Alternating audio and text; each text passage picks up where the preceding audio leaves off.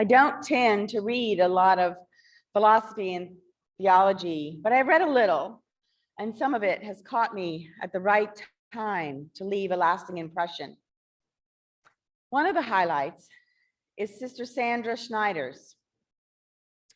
I am certain that hearing her speak about metaphors in Eugene, Oregon over 20 years ago was the Spirit prepping me for this community. Sister Schneider's explains the very beautiful Our Father that we sing here in the Mass by Jim Wise, so spiritually offered to us by Jim Kibe nearly every week. God is our Father and our Mother. But like all metaphors, this metaphor is incomplete. The divine is not only a guiding, nurturing parent, but also more, so much more.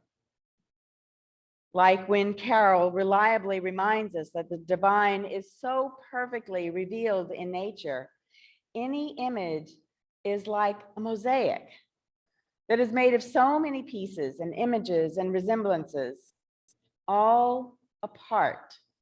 None are whole. We are truly unable to see the whole, but are grateful for the glimpses. Sandra Schneider explains the risks of relying too much on a metaphor. We don't really need to read her words to know the harm. We feel it in our bones and in our souls. The metaphor of God the Father loses its power when we forget that it is a metaphor and our minds think that it is literal. God is not only a father or a mother, or only a sister or brother, or the rushing wind, or gently falling rain. The divine is all of these and more, and none of these.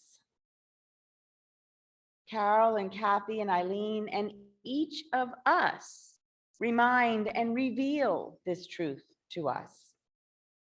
It is wonderful, full of wonder and awe. Our readings today are a calling, and therefore our calling. The writer of Galatians says we are called for freedom.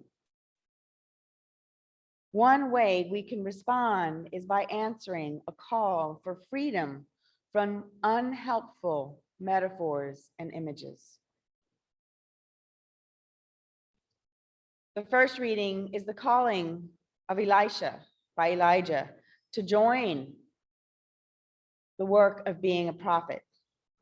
Elijah starts by putting his mantle, cloak, over Elisha, and Elisha responds by giving up his livelihood, his cattle, and sharing the food abundantly. An image that calls to mind Jesus's abundant sharing of food and life with us. Jesus, the radical nurturer, shares the calling with us and looks forward, reminding us not to look back. Lament, cry, say goodbye, but focus on the work ahead. The work of creating freedom for ourselves and others. Freedom from stale metaphors, freedom from persecution in a home country, freedom from poverty, and freedom to bring about the kingdom of God.